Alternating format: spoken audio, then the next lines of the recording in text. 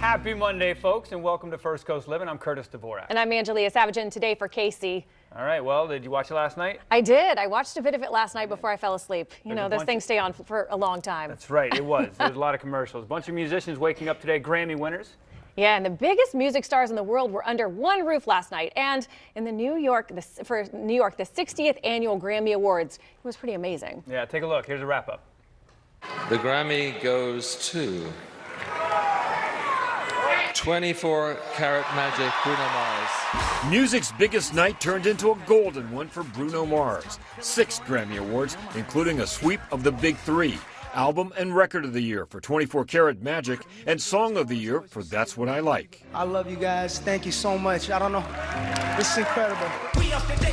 The night began with a stirring performance from rapper Kendrick Lamar, which included dancers symbolically gunned down, one by one.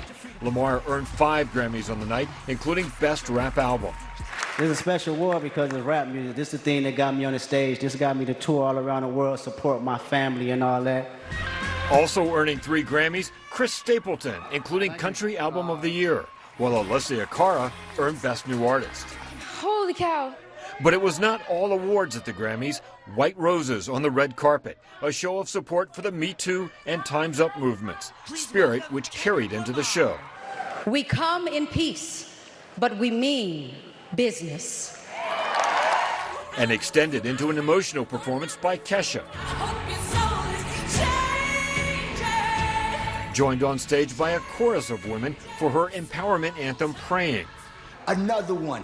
But politics also brought laughs. Artists reading from the bestseller Fire and Fury included a cameo from Hillary Clinton. The night's biggest statement, though, Bruno Mars' domination of Grammys' return to New York. Mark Barker, NBC News. Thank you so much. I don't know.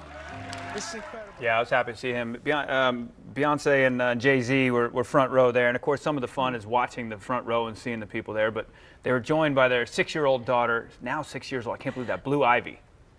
She was awesome. And during last night, Camila Cabello's speech last night, Blue appeared to be telling her parents to quiet down as they clapped. She was telling them to hush up. Social media had a field day with this, though, and many were saying Blue Ivy, she may be really the one that's in charge of the Carter household. And I think that's probably what it is. That's good stuff. Isn't that cute? That's good How stuff. fun is that? She's like, calm down, pipe down, Mom and Dad. Was she around during the interruption of the speech there? She probably was. I don't know. That was good, though. But speaking of Beyonce, she posted some pictures on Instagram over the weekend, including one that had a lot of people talking.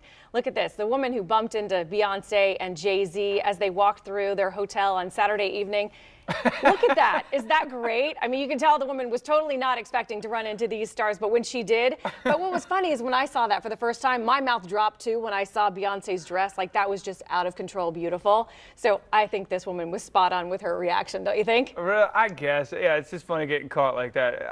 I mean, if you see Beyonce and Jay-Z walk through, is that your mouth going to drop? Not for them, but for that dress was jaw-dropping. It was beautiful. I guess. Oh, come on. I don't know. It was really gorgeous. I'm trying to think. It was thigh high all the way up here. It was showing a little bit of thigh up there. So it was pretty stopping. Yeah. It was amazing. I guess different things make our jaws drop.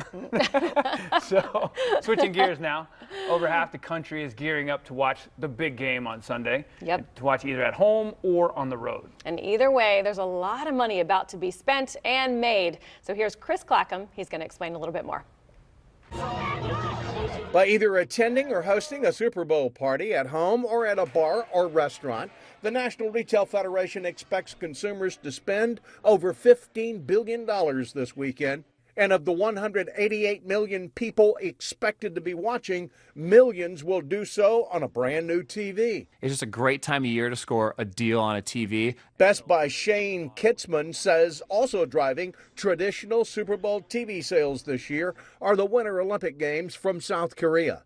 The beauty is you can just keep it and continue to make it part of your living room. And when the Olympics come on, you can enjoy that too. Super Bowl, baby! Some fans won't be watching the Super Bowl on TV, though, but in person after a pretty expensive trip to Minneapolis. Flights, for example, heading in from Philadelphia will run you over $900 and out of Boston over $700. Then there's the hotel room. if you can find one. If you do, it's going to run you over $700. That's per night.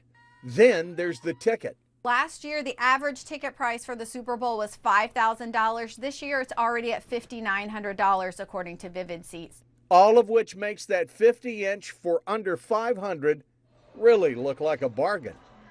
Chris Clackham, NBC News. And don't forget, folks, you can watch the big game right here on NBC 12. It's on Sunday at 6 p.m. and it's way better than going to the game. I'm telling you. I know it's a bucket list. I know it's a bucket list thing, but all right. There's another big event that's happening in just a few months across the pond, so to speak. We're talking about Prince Harry and Meghan Markle's wedding. Yeah, there's word that the bride, she's actually chosen her designer dress.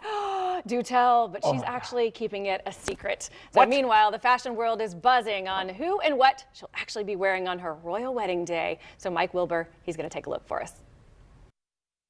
Meghan Markle is in full wedding planning mode. The girl's getting the Cinderella moment, so it's pretty fun. Like Kate and Princess Diana before her, the dress Meghan wears to marry Harry will instantly become iconic.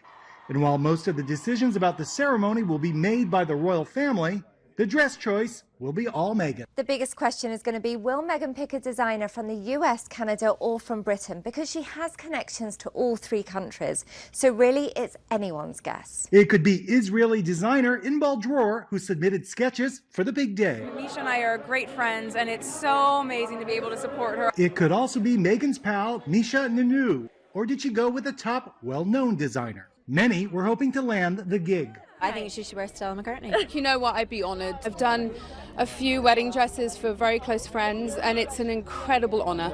So, of course. Expect it to reflect Meghan's style, which has been evolving since her relationship and engagement came to light.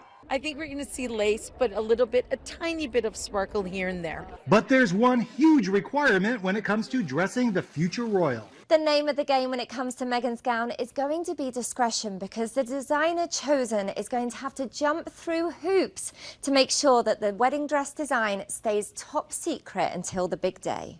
Mike Wilbur, NBC News.